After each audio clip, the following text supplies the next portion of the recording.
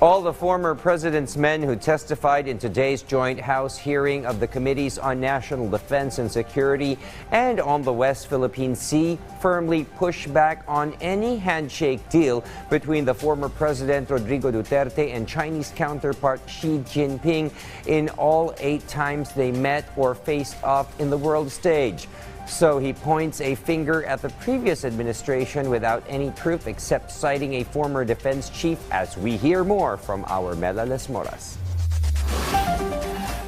As they attended the joint hearing of the House Committees on National Defense and Security and the West Philippine Sea, former Executive Secretary Salvador Medialdea, former National Security Advisor Hermogenes Esperon, and former Defense Secretary and now BCDA Chairperson Delfin Lorenzana all denied any gentleman's agreement or secret deal between former President Rodrigo Duterte and Chinese President Xi Jinping on the West Philippine Sea. According to Lorenzana, way before this issue broke out, Chinese Ambassador to the Philippines Wang Xilian had made mention of an agreement allegedly forged by the two countries, but they have no information about it as it was allegedly made a long time ago.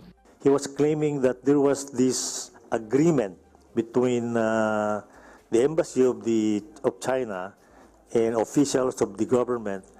When we grounded that ship there in Ayungin, that we promised now to pull it out. And I asked him, how sure are you that what you're talking is true? And he said, because I was here. Ambassador Huang said that he was here as a junior staff in 1999 that Santa Madrid incident happened.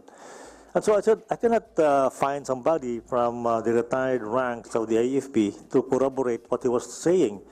So we leave it at that. For his part, Medialdea said if there was any agreement on the West Philippine Sea, he's certain it did not happen during the Duterte administration, but there was one allegedly under the administration of former President Noynoy Aquino. This he said about the resupply mission to the BRP Sierra Madre at Ayungin Shoal, which was supposedly and strictly limited to water and food. Voltaire Gasmin that he promised the Chinese embassy that he will deliver only food and water to the Marines assigned at the vessel.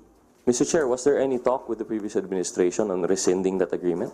No, there was none. It was the call of the President, who is the chief architect, whether to respect that or not. So, Mr. Chair, based on testimony, para lang to recap, there is a denial of the existence of a gentleman's agreement, but there is the affirmation of an existing agreement, which is not gentleman's agreement, no, it was in public. Not entered into by our administration, but the administration before us, sir. When the Department of Foreign Affairs was asked, they said they had no information about this. Even Lorenzana said he was not aware of such agreement. Mr. Chairman, there was no such thing transmitted to me by Secretary Gasmin when we were trying to when he was briefing me about the job before I assumed office, Mr. Chairman. But it is not true that we did not do some repairs because in 2021, as I said a while ago, in my opening statement, that that was the start of binomba tayo ng water cannon ng China because they claim that we are bringing repair materials to Sierra Madre.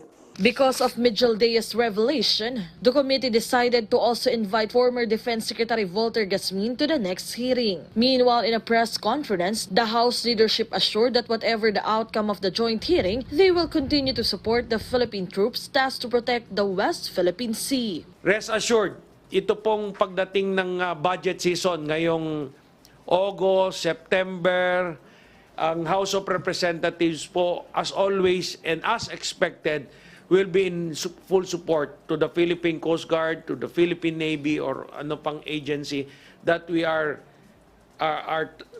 tasked to help protect our sovereignty. Mela Les Moras from the National TV Network for a new and better Philippines.